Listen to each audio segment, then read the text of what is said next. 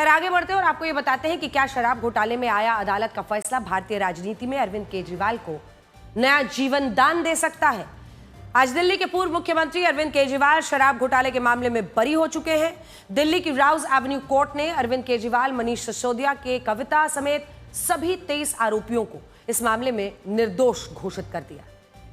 549 पन्नों का आदेश है और 549 पन्नों के आदेश में अदालत ने न केवल सबूतों को नकारा है, साफ साफ कहा है कि सबूत अपर्याप्त है, बल्कि पूरी जांच प्रक्रिया सीबीआई की थ्योरी की धज्जियां उड़ा दी है और सीबीआई की जांच प्रक्रिया पर भी गंभीर सवाल उठाए। दूसरी तरफ सीबीआई इस फैसले से संतुष्ट नहीं है, उसने इस फैसले को हाईकोर्ट में चुनौती दे दी है। शराब घोटाले के मामले में आरोपों से मुक्त होने के बाद अरविंद केजरीवाल भावुक हो गए।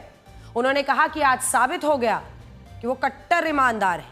आप पहले इस वीडियो को देखिए, कैसे वो इस फैसले के बाद मीडिया के बात करते हुए फूट फूट कर रोने लगे। उन्होंने कहा वो कट्टर ईमानदार है, आज ये साबित हो गया, उन्हें फंसाया गया। 24 घंटे टीवी चैनलों के ऊपर डिबेट चलते थे, खबरें दिखाई जाती थी केजरीवाल भ्रष्ट है, केजरीवाल भ्रष्ट है।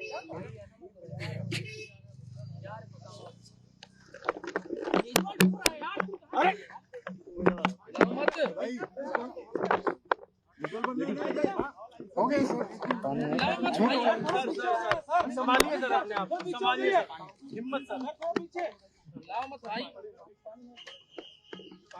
ये केजरीवाल भ्रष्ट नहीं है। मैंने केवल अपनी जिंदगी में ईमानदारी कमाई है, इन्होंने झूठा केस लगाया और आज ये साबित हो गया। कोर्ट ने कहा है कि केजरीवाल कट्टर ईमानदार है, मनीष सिसोदिया कट्टर ईमानदार है, आम आदमी पार्टी कट्टर ईमानदार है। अब बड़ा सवाल यह है कि जिस शराब घोटाले के मामले में अरविंद केजरीवाल और मनीष सिसोदिया की कई बार जमानत अर्जी खारिज हुई, उस शराब घोटाले में बरी कैसे हुए और अदालत ने इस दौरान क्या कहा। असल में सीबीआई ने अपनी चार्जशीट में अरविंद केजरीवाल को इस साजिश का मास्टरमाइंड बताया था, लेकिन अदालत ने कहा कि सीबीआई जिस बड़ी साजिश की बात कर रही थी वो स्पेक्युलेटिव कंस्ट्रक्ट यानी एक काल्पनिक ढांचा थी जो केवल अनुमानों पर टिकी थी। सीबीआई ने आरोप लगाया था कि शराब नीति को साउथ ग्रुप के फायदे के लिए बदला गया, जबकि कोर्ट ने माना कि यह एक सामान्य पॉलिसी शिफ्ट थी जिसमें मोनोपोली रोकने के प्रावधान थे। सीबीआई ने आरोप लगाया था कि नीलामी प्रक्रिया में हेराफेरी की गई थी, जबकि कोर्ट ने कहा कि बिडिंग में कोई कानूनी या प्रक्रियात्मक प्रोसेस, जो इसको आप कहते हैं प्रोसेस में कमी नहीं मिली। सीबीआई ने आरोप लगाए थे कि इसमें कार्टेल को फायदा पहुंचाया गया, जबकि कोर्ट ने कहा कि रिकॉर्ड पर ऐसा कोई सबूत ही नहीं है जिससे यह साबित हो कि कार्टेल को फायदा मिला है। स्पेशल जज जितेंद्र सिंह ने अपने फैसले में कई बड़ी बातें कही हैं। सीबीआई केजरीवाल को साजिश से जोड़ने वाला कोई ठोस दस्तावेज पेश ही नहीं कर पाई। केजरीवाल के खिलाफ आरोप सिर्फ एक गवाह के देर से दिए गए बयान पर, एक गवाह के, और वो भी देर से दिए गए बयान पर आधारित थे। एक वाक्य के आधार पर साजिश सिद्ध नहीं की जा सकती। कोर्ट ने साफ कहा कि शराब नीति बनाने में कोई साजिश या क्रिमिनल इंटेंट नहीं पाया गया और कैबिनेट के फैसले को मंजूरी देना आपराधिक साजिश नहीं है। कोर्ट ने जांच के तरीके पर भी सवाल उठाए, कहा कि कुछ कार्रवाई निष्पक्ष जांच के बजाय पहले से तय हेरफेर जैसी लग रही है। अदालत ने पाया कि आरोपी नंबर 1 तत्कालीन आबकारी आयुक्त कुलदीप सिंह के खिलाफ कोई ठोस सामग्री न होने के बावजूद उन्हें इस मामले में फंसाया गया। यह जांच प्रक्रिया का दुरुपयोग है, इसीलिए कोर्ट ने इस मामले की जांच करने वाले अधिकारियों के खिलाफ विभागीय जांच की भी सिफारिश की है। इससे सीबीआई की साख पर सवाल उठ रहे हैं। अदालत ने कहा है कि बिना सबूत ट्रायल चलाना न्याय की विफलता, कानूनी प्रक्रिया का दुरुपयोग होगा।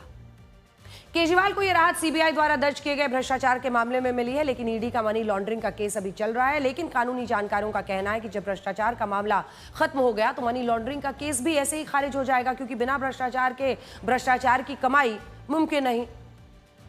अब दिलचस्प बात यह है कि इस कोर्ट और ऊपरी अदालतों ने सुनवाई के दौरान मनीष सिसोदिया और केजरीवाल की जमानत याचिकाएं कई बार खारिज की थी। तब कोर्ट ने सीबीआई के आरोपों को सिर्फ प्राइमा फसाए देखा था और गंभीर आरोपों को देखते हुए राहत नहीं दी थी। लेकिन अब कोर्ट ने ही साक्ष्यों की बारीकी से जांच की और पाया कि जो दावे जमानत रोकने के लिए किए गए थे वो ट्रायल की कसौटी पर टिकने लायक नहीं। फिलहाल ये केजरीवाल के लिए बड़ी कानूनी और नैतिक जीत है। इस फैसले का बड़ा राजनीतिक असर देखने को मिलेगा, लेकिन अभी मामला हाईकोर्ट में जा चुका है। अब वो और अगर आप देखिए तो केजरीवाल और जोरदार तरीके से खुद को कट्टर ईमानदार कह पाएंगे। मनीष सिसोदिया आम आदमी पार्टी के दूसरे नेता इसे सत्य की जीत बता रहे हैं। दिल्ली चुनाव में हार के बाद केजरीवाल सुर्खियों से दूर है। ये फैसला उनके लिए संजीवनी का काम करेगा और अब वो जोरदार तरीके से केंद्र सरकार बीजेपी पर हमलावर होंगे। वो सीधे प्रधानमंत्री नरेंद्र मोदी और गृह मंत्री अमित शाह पर हमले कर रहे हैं। इस फैसले का राजनीतिक असर 2027 के पंजाब विधानसभा चुनाव में देखने को मिल सकता है, जब वो अधिक आक्रामक तरीके से ईमानदारी का कार्ड खेल सकेंगे। साथ ही अब वो दिल्ली की जनता के बीच एक प्रभावी उपस्थिति अपनी दर्ज करेंगे। रोड शो भी उन्होंने बाकायदा निकाला। इस मामले में कानूनी लड़ाई जीतने के बाद अब वो राजनीतिक लड़ाई तेज करेंगे। आज केजरीवाल ने बिना देरी किए प्रधानमंत्री मोदी को दिल्ली से फिर से चुनौती दी और वो भी हराने की चुनौती दे डाली। अरविंद केजरीवाल के बरी होने पर कांग्रेस ने तंज कसा है। उनका कहना है कि बीजेपी हर चुनाव से पहले यही करती है। वो कांग्रेस को कमजोर करने के लिए कांग्रेस के दुश्मनों को मजबूत करती है। कांग्रेस ने केजरीवाल के आंसू बहाने का भी मजाक उड़ाया।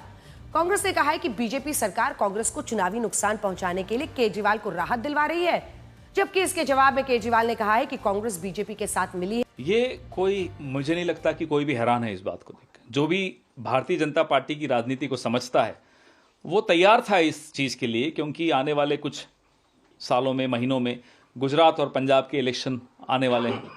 उसके लिए अरविंद केजरीवाल और आम आदमी पार्टी को नहला धुलाकर फिर से सबके सामने पेश किया जा रहा है ताकि कांग्रेस को कैसे कमजोर किया जाए। लेकिन बात आज जो हो रही है वो ये है कि इसके पीछे मकसद क्या था, एजेंसीज का ये कैसे दुरुपयोग करते हैं, वॉशिंग मशीन और अमित शाह ब्रांड का वॉशिंग पाउडर का इस्तेमाल कैसे किया जाता है चुनाव से पहले, वो आपके सामने है। केजरीवाल जेल गया, रॉबर्ट वाड्रा जेल गया, संजय सिंह जेल गया, क्या राहुल गांधी जेल गया, मनीष सिसोदिया जेल गया, सोनिया गांधी जी जेल गई? किस मुंह से बात करते हैं? शर्म नहीं आती कांग्रेसियों को? अगर आप देखिए तो आज केजरीवाल और कांग्रेस एक दूसरे पर हमला कर रहे हैं, लेकिन आपको वो तस्वीरें भी देखनी चाहिए जब साल 2024 में रामलीला मैदान में रैली हुई थी और रैली में सोनिया गांधी सुनीता केजरीवाल के बगल में बैठी थी। उस वक्त दोनों के बीच काफी देर तक बातचीत हुई। सोनिया गांधी उन्हें सांत्वना देती हुई उनका हाथ थामे नजर आई। जब ये रैली हुई उस वक्त केजरीवाल जेल में थे।